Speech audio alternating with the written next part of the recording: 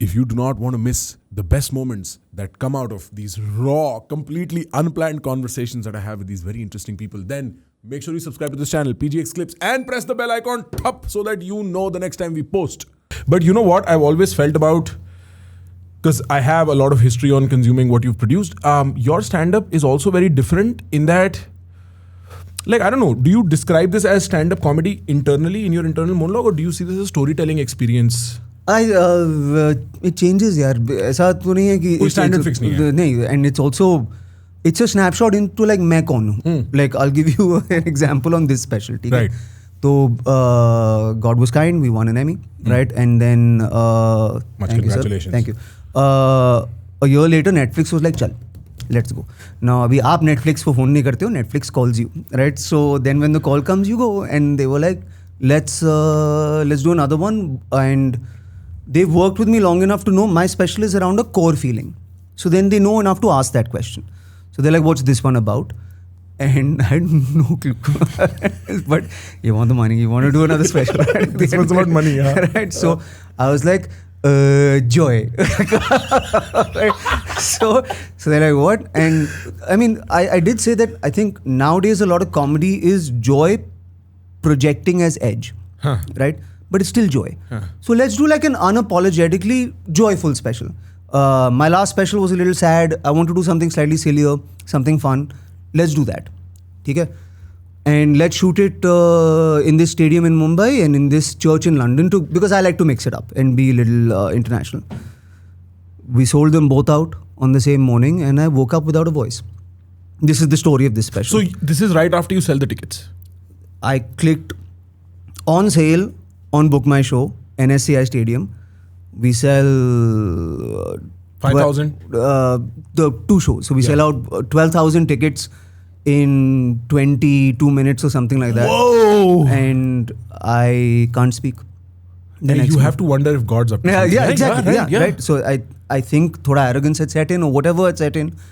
So then I get taken to England's top vocal doctor and he's like, you have massive nodules. But I had not overused my voice. It was not it was coming and etc. etc. It just happened. And he's like 6 mahine before you can speak properly again. And I'm like, should I cancel this show? So then the story of the special is how I try everything to get a voice back. But in silence, I start to rewrite this show. So now usually if you see a Zakir special or a Bassi special or my specials, when we film it, tight hai. Matlab, humne 100 shows kiye hain, we know the punches, we know the laughs, etc., etc. I performed for NSCI Stadium cold because I could not rehearse the show. And so the show became about silence because I was rewriting it in my head. But I didn't know how it would play out. So then Netflix came to the stadium and they were like, it's not about joy. And I'm like, no, I don't think it is anymore. But that is the story that I'm living, is the story of silence right now. So now this is the show. So that's really all a special is. It's a snapshot in ki ye hai kaun, abhi iske saath kya chal raha hai, what is happening. And then I was like, oh, people need to get the context of why this became about silence. So jaake New York shoot kiya maine.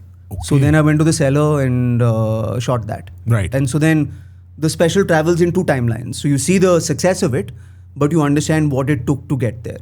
Right. Because of New York. That's how you do it. Yeah. I mean, it's also very interesting that you'll go to like a bunch of places and then sort of clip them together. And I'm telling you this from a consumer standpoint. I don't know if it's me over intellectualizing it. Very often when I'm watching a special that you've done, I know there is going to be a grand reveal of something I've known from the beginning in the last 15 minutes, right? Like the 45-minute journey before that is you taking me through the punches, through the stories, through the fun of it. And then I'm going to be like, this is what he was talking about. And it'll happen over 2 timelines across 2 different audiences. Like with San Francisco or New York, you'll be like, white people, Indians are, and then everybody will laugh, you'll explain it to them, but then you're also in NSIC Goregaon and then everybody gets that context. Bro, how are audiences different here and like how's performing for them different? Now it's different in that now I just do me. Okay. I found my people. Okay. And in this art form, I think it's these people.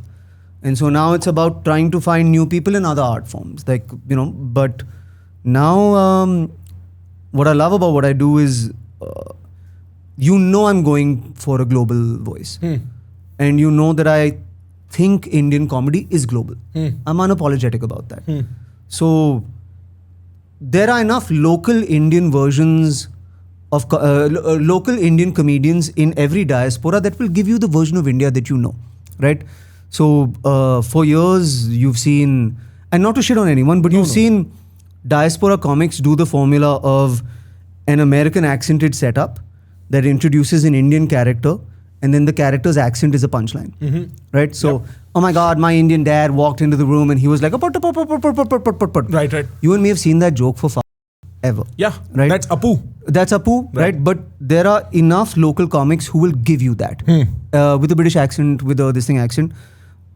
I think the setup is an Indian accent, and I think the punchline might be your accent, man, wherever you live in the world. You know what I mean? Or it might be about your person.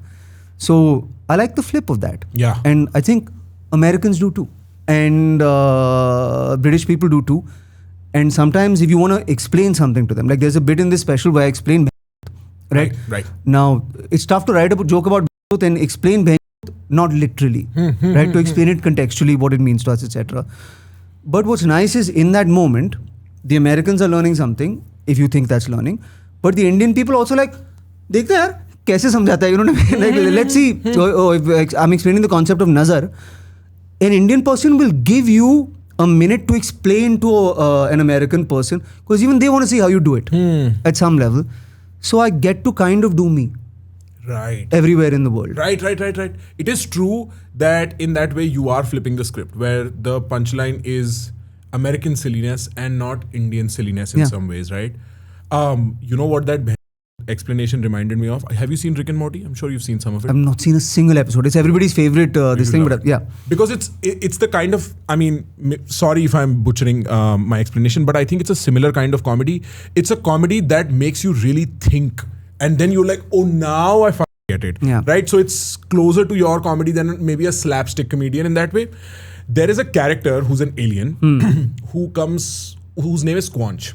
Okay. And Squanch just uses the word squanch for whichever word they cannot come up with. Nice. So I'm feeling very squanch, right?